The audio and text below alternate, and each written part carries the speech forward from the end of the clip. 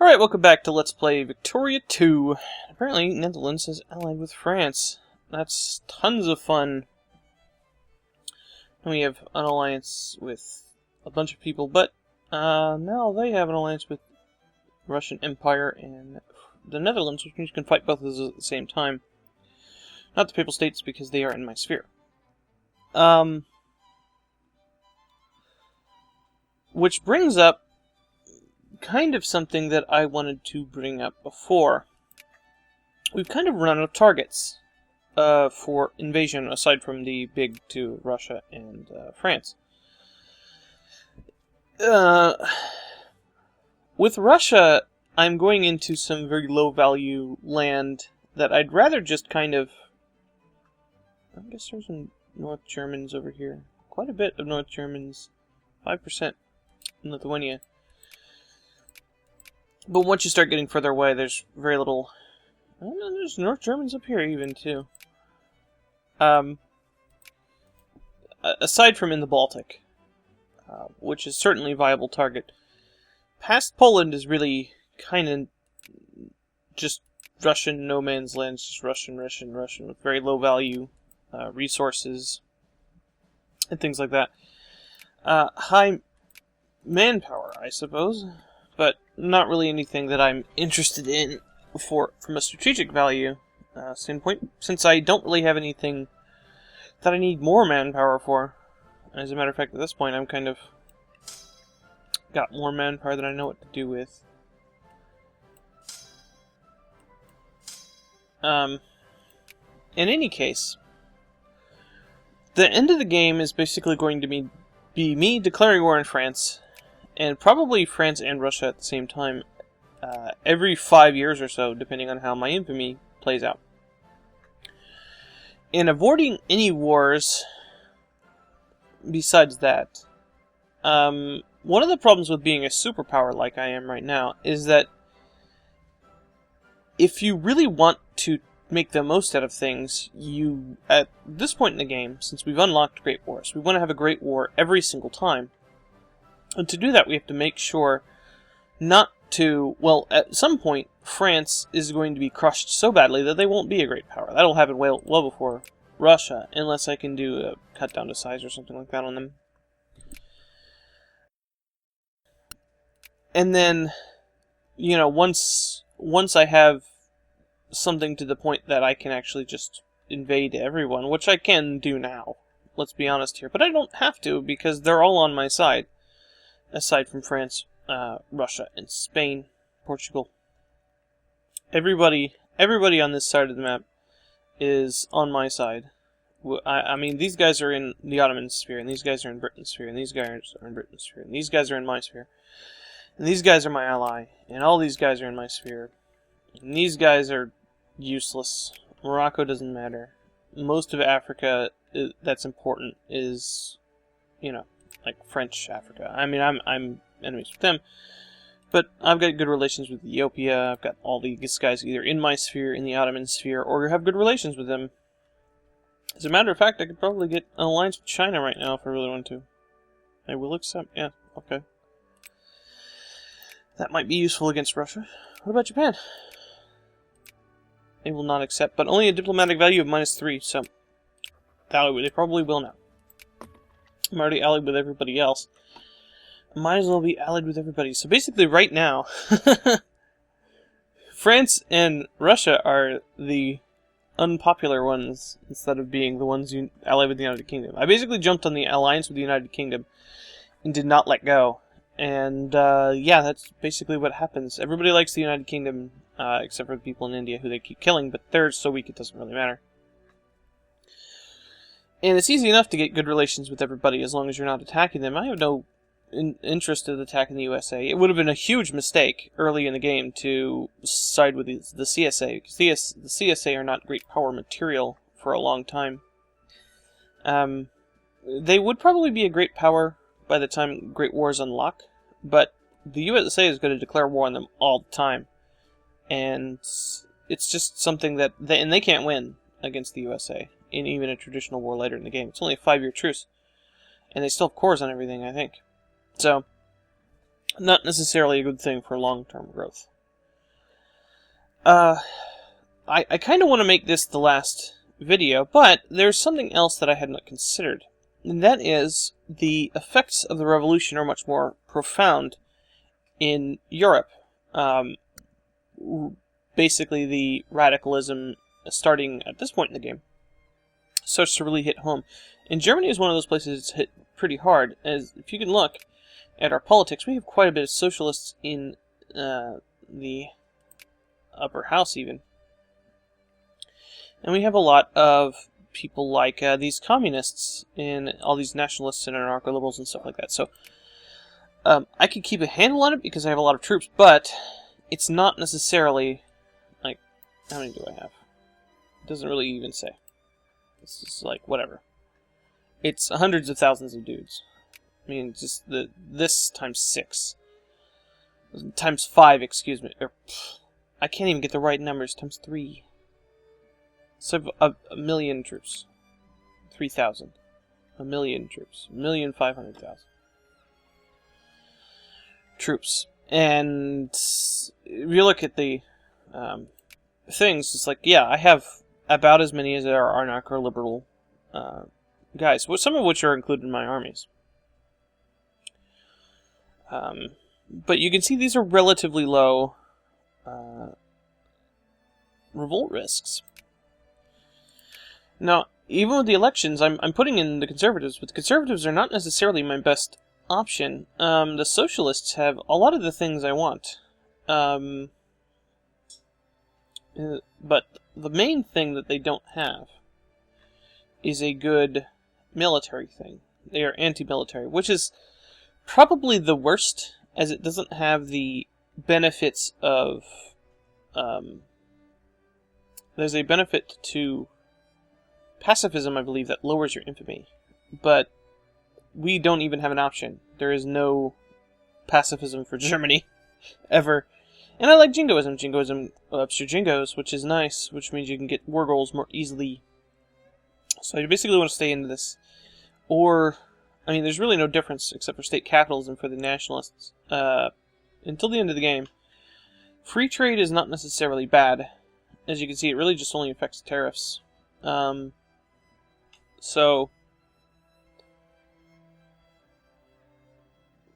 it's not necessarily a big deal. The big deal is LF, laissez-faire, is a huge problem. 50% maximum taxes, not being able to, subsidize your industry, especially for your stuff. And like even these other ones, like what is the difference between this and this, honestly? Protectionism, interventionism, moralism. I think it limited citizenship instead of residency. I guess we could switch to this because it's got limited citizenship instead, which is a nice thing. Okay, we can switch to that. Except no, that has it was this that I was looking at. So it's pro-military instead of jingoism. So it's just worse. Pro-military is better than other stuff, but jingoism is the best. Communism is actually good because it has a lot of the good stuff, except for planned economy is not the best. State capitalism is better than planned economy. But it has pro-military, full citizenship, which is really good. Assimilation rate is really high. If I had had something with a high assimilation rate at the beginning of the game, such as something like the USA has, then everything would switch to North German. I wasn't really concerned about that, so that's not really a big deal. So what do I really want to do at this point? Well, I guess freeing up the Baltic, since I've established that there are in fact Germans here. At the very least, Estonia and Lithuania. Maybe even just Latvia and Lithuania. No, looks like Estonia and Lithuania. What was that place that had the Germans? Laval. Yeah. Like I would expect Riga to, which it does. So if we get Latvia, Lithuania, and Estonia into the German Empire, that would be pretty cool and to make our name all funny looking. If I had Poland still, if I could get Poland out of England's sphere, then that would have been much better. Now, there's these two rump states over here who would be very difficult to get into my sphere because they have such low relations with me, but are not worth attacking anymore. They're not worth attacking anymore because they have one state and have a lot of colonies. Well, Belgium only has two. This is actually a state. And thus it'll cost a lot to get them. Like, how many colonies are over here? Like 1,000. Not really 1,000, but a lot. A lot of freaking colonies over here. And each of these has to be taken separately. Not necessarily separately in like a different war. But and they even have an island over here. Over here. So the Netherlands is just kind of a clusterfuck of colonies. So, Belgium's not so bad. But not only is it 22 infamy to fabricate the claim on their last state, which I can't do. I've got a truce, so I can't. Their colonies are not unassailable. I mean, I started invading Sumatra in the last war. But I don't think they have any proper states.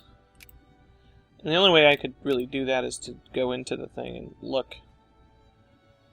Unless this is a state. Nope. I thought the English took that. In any case, that's kind of a problem.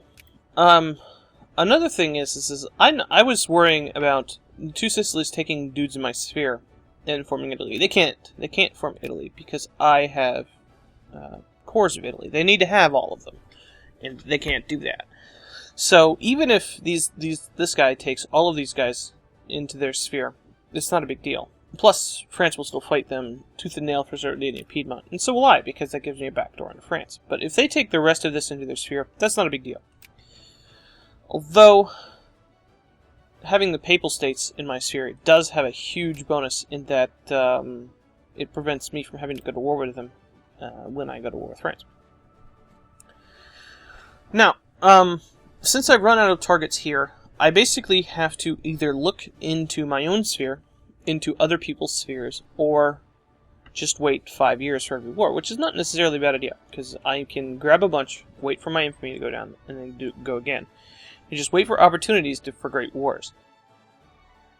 The 10 or 12 infamy that I'm going to get, and half that, the maximum is 11 for grabbing a state. But say I wanted to go after Poland. Poland is, I think, 2 states. No, it's 3 states. That's even worse. So 3 states, one of which is their capital, which is the one that borders me. So, with Warsaw. So I could take, like, this one, which would give me a terrible border with Russia. I could take this one, which would also give me a terrible border with Russia, even worse. And then this one, and then I would be stuck with this that I would cost a maximum of 22. So that's 44 infamy for a bunch of land that is not really necessarily worth it so late in the game. Now I say it's late in the game, but there's still like 31 years left in the game. Plenty of time to do things. The other option is to go just attack everybody that I can have a CB on. See, I have a CB on the United Kingdom because I have a core that they own, and there's no way of taking it away from them. You can't ask him for it. I don't think you can crisis it. Can you? Unless it's a potential flashpoint for your course. So no, I can't. And if I can't do that with this is Ost-Hanover? Yeah, so I can't even do that. So there's no way to do that. Now, if Britain has a rebellion and flips out of my alliance, then perhaps I could. Or if they do something really stupid. Which they're unlikely to do, honestly. Now the other option is Switzerland, that I'm thinking about. Switzerland's been a very unreliable ally. They've kind of been dicks, to be honest. They're not very strong, and they have very little of a border with France that is a problem. Just one province, Geneva. As a matter of fact, that would be very difficult for me to take because this, being there. I don't have the core on Neuchâtel anymore because that's, I think, a Prussian core, and I think it just went away. Or something. I don't know. So I would have to pay full price for this. Although, if you look at things, well, they are number 9, and they have a lot of industry. West Switzerland is 97, and East Switzerland is 47. It might even be better than that because they might be in a shitty government that doesn't allow them to subsidize their stuff. Poland sucks. As a matter of fact, even taking this, like, what is Osthanover on their list of stuff? It's not even on the top, so it's less than 20, which is half of this. It's only one tiny little island. It does have a naval base, but it'll go away. It's also mostly Irish now, and it's only got like 2,000 people. I don't really care. The fact that it's a core is not really relevant to me. I should probably move these ships up here before they die. Now there's another thing I thought of, in that taking the land up here would greatly increase my amount of ports, which is nice. Oh, also, I think I forgot a naval base here. Yeah, I'm doing the high sea battle fleet thing, so that I can build dreadnoughts when the time comes. 1898, the next level of railroad appears, so I need to get that. Other than that, I've basically got all of the texts I have a bonus to researched already. And then as soon as 1900 rolls around, I'm going to get anti-rationalism. Not only will that give me some more stuff, it will more tech points. It will also unlock some stuff that I can potentially get a lot of prestige from. So, I guess the plan at this point... Oh, maybe I shouldn't have allied with China. They're going to pull me into wars. I'll just break the alliance. They'll ally with me again later. Alright, let's get started. Greece goes bankrupt. Now, when it says that somebody is in their sphere, the AI will not always support their sphere in a war. Sometimes they will, sometimes they won't. But the idea of just having them in your sphere to prevent people from declaring war on them is good from the point, because if they're in their sphere, they do get the CB on you. So I have a lot of guards at this point. Somebody pointed out that I should just build all guards forever and just not worry about building any infantry. That's true, except I don't have enough people to not have guards, to build all guards. Now, something I thought about was putting some dudes over here. I'm still allied with the Ottomans, and if I'm going to keep pulling them into wars with Russia, that'd be a good place to defend at. Although, them losing to Russia in the war is beneficial to me because it prevents them from actually taking anything in a war. Ambassador insulted. Our ambassador to one of the other great powers has telegraphed home, expressing his frustration with the response, or rather lack of it, that he's received while trying to settle a bilateral extradition treaty with the country in question. Apparently, our ambassador has been snubbed repeatedly by this foreign administration, has been delegated to speak to civil servants instead of being allowed direct access to the country's decision-makers. This diplomatic back and forth has been going on for 2 months. This is Russia that we would get a CB on. Unfortunately, a free CB that we cannot use because we have a truce with them until 1900. So I might as well just get the prestige. Tractors. Now, one thing I was thinking about is that we have had a lot of new stuff on lock. So, we've already got a couple of these here. Let's switch this to automotive. Get rid of that. We've already got an automotive factory in Tyrol. Now, the thing here is that automotive also focuses on airplanes.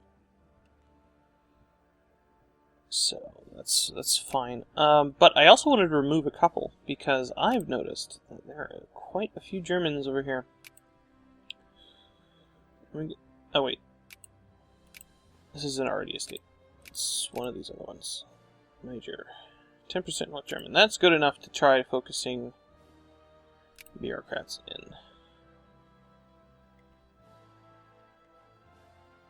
And I think they're already building something there. So go ahead and do that. Now, the Ottoman Empire goes bankrupt. Hell, whoa. That's crazy. So we got a CB on them. We're allied to them, and they're allied to England, so not something we can actually do. That'd be quite a turnabout. A couple of years after doing stuff, we declare war on people that we were allied to in the last war.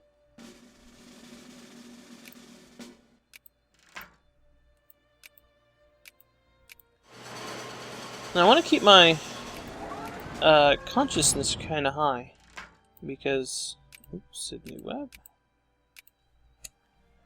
It's easy to just kind of, I don't know, assume that it's not going to work. So Russia's trying to remove Abu Dhabi from my sphere. I need to be careful about this. Vikingar. Look at that. Awesome. I need to worry about who I really want to protect in my sphere. I think it's the Papal States, first and foremost, because they're so loudly friends. Sardinia, Piedmont, and Finland. Anybody else I can probably let go. And with Switzerland, it actually kind of would be beneficial for me to do that, since I could just attack them and get quite a bit of bonus from that. As a matter of fact, I might cut it off now and just go, but I really need them to ally with somebody else for that to work. And they won't really ally with anybody until they do that. But the Papal States is important. So, what do we got here?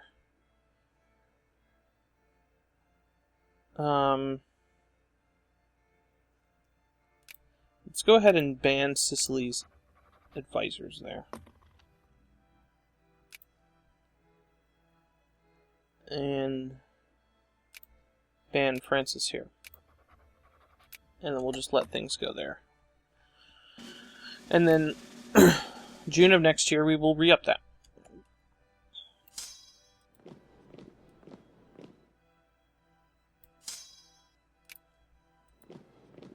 Now I really want to have all of my guys that are new dudes being built divided up. And I should really kind of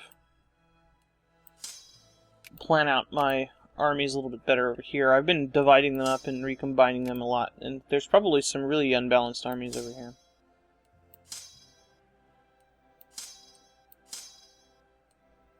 Like this guy has a shitload of engineers for seemingly no reason, and lots of artillery. So this, I think, was a remnant of something else before. So let's just get rid of that. Put it over here. So it's me building a bunch of units and then not doing anything with them.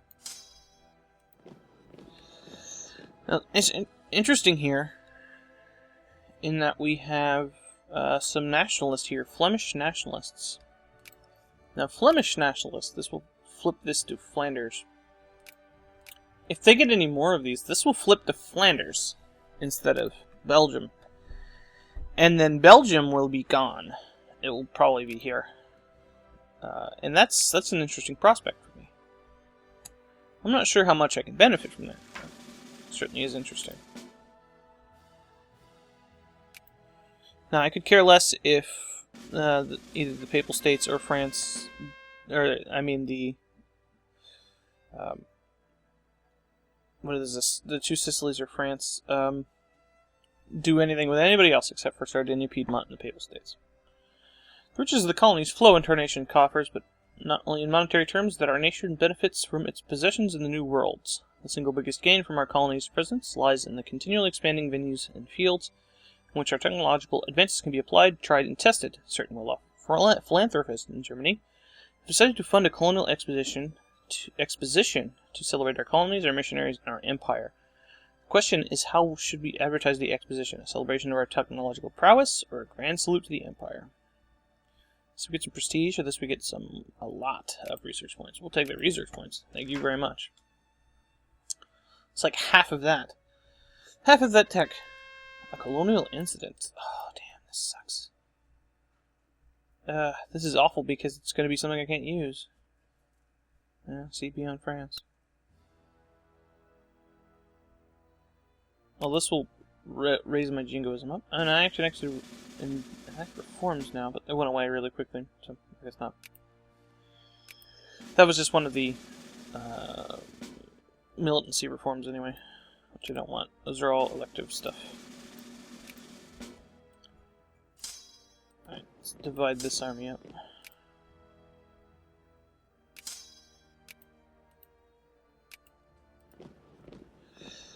We'll sort that out later, I just don't want them taking attrition. Let's dissolve this alliance. We don't want to get into trouble with whatever China is doing. We'll bleed down on infamy faster. I guess their rebels went away. Or they beat them in combat, because they're gone. Oh, okay. I can do a reform. So, in this case, I kind of think I've been doing this the wrong way. Except for I've been doing it the right way if you want to keep your militancy down, is that I've been looking at the one that has the most. And that's not necessarily what you want to do if you want to have all the reforms in place. What you want to do if you want all the reforms in place, which is not a bad idea, is you should pick the one that you want. Say, in my case, I want healthcare, so let's pick healthcare. The movement for that reform, for safe working conditions, will still be there. And it'll keep your consciousness higher to do it that way. It does lower the militancy a little bit.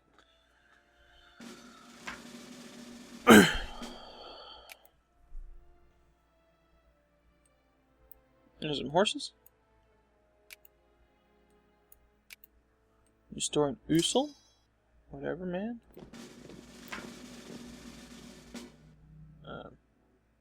Pretend it rains.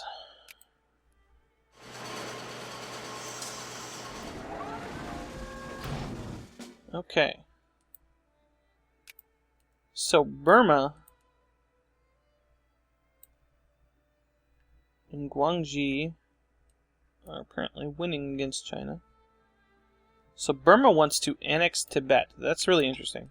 And Guangxi wants to acquire Xinjiang, which is this place here. Okay. Are they actually winning that badly?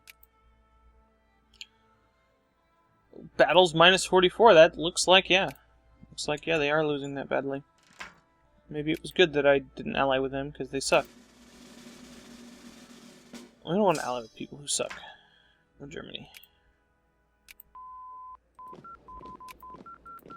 Although we are allied with the Ottomans. The Ottomans kind of suck.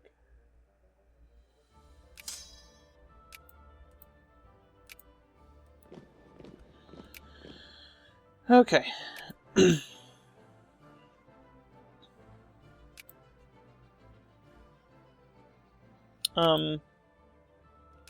Start doing these to make our ships build faster when the time comes. Oh, this unlocked building new naval bases. So I should do that. This isn't finished. I'm glad I started it before. Oh, it's in Kiel. Wait. Yes. I thought I'd been forgetting to build a colony for a long time. Or build a naval base for a long time. I got quite a few more from that war. Well, 2. This is a significant proportion. Though I did lose one on the African coast because I released a dude here. Actually, 2, because I released the dude over here, too. I think I've been forgetting, yeah, I've been forgetting to do the ones over there. And here. That sucks. As let's build forts there, too. And forts here, whatever. That's fine. Aside from that, let's go ahead and upgrade the forts on this front and this front, because these places have been getting attacked in the Russian wars, so that's fine. Just got cores all the way down to the south to the Ottomans' sphere. Interesting. Okay. The Eindhoven patrimony. Minority building restrictions. In our efforts to assimilate our Romanian provinces into the German state, bright minds within our administration have come up with an idea to restrict the rights of the Romanian minority, and others, to construct buildings and own land. While this measure will be extremely unpopular among minorities, it will most likely hasten the assimilation process. Do you want to implement the building restrictions? Yeah, of course we do. Even though the irony of the situation is that it's not as effective as having a less repressive government. You can get 25% for full citizenship. But you can stack those. Like, that doesn't prevent you from doing that.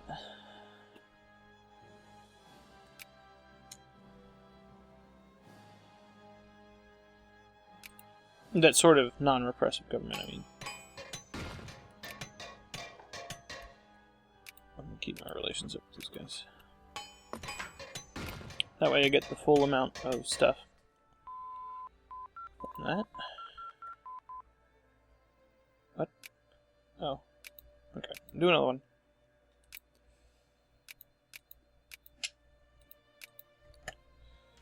Minus 20 days on our things. Yeah, I need efficiency.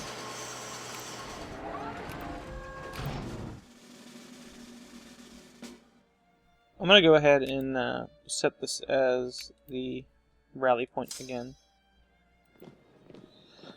I probably have a bunch of dudes in Africa I can build, but I don't really want to do that.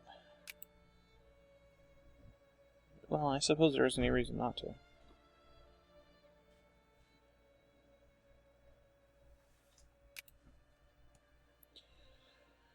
I'd rather them not be soldiers, and instead be other types of dudes.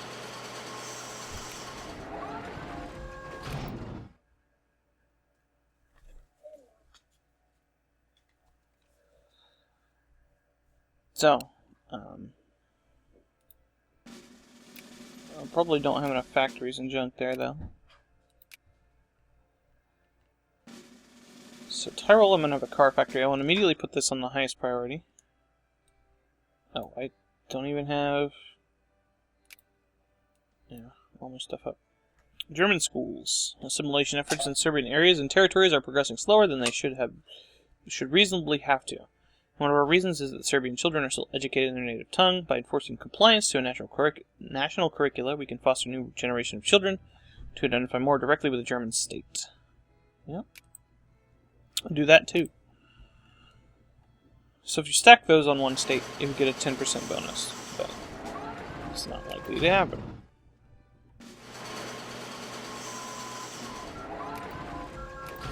Okay, let's just keep going down the list. I even get a penalty to it. I'm doing these like crazy. Germanization of Schleswig. Our governor in Schleswig has proposed that an anti-German element in the region be reduced through enforcement of German language education and expulsion of Danish citizens still resident in the province. Should we undertake this proposal? So in this case, we must make Schleswig German. All Pops and Abendroth are Danish, gain 2 militancy, and our relations with Denmark go down by 100.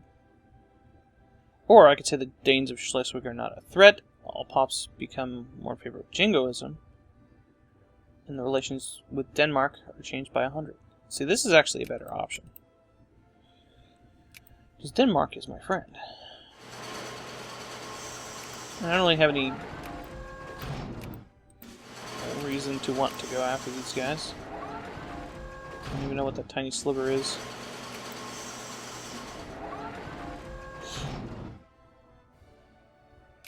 The Ottoman Empire has fallen in great power status to Switzerland. Now that is very interesting and very, very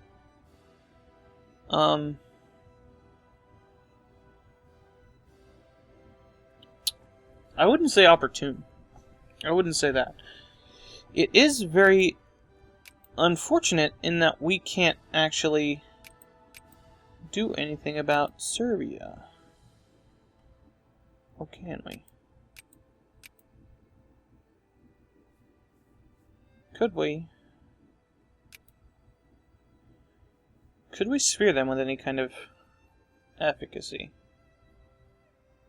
I think we could. See, now we're going to be competing with Switzerland for Sardinia Piedmont, which is not a good time.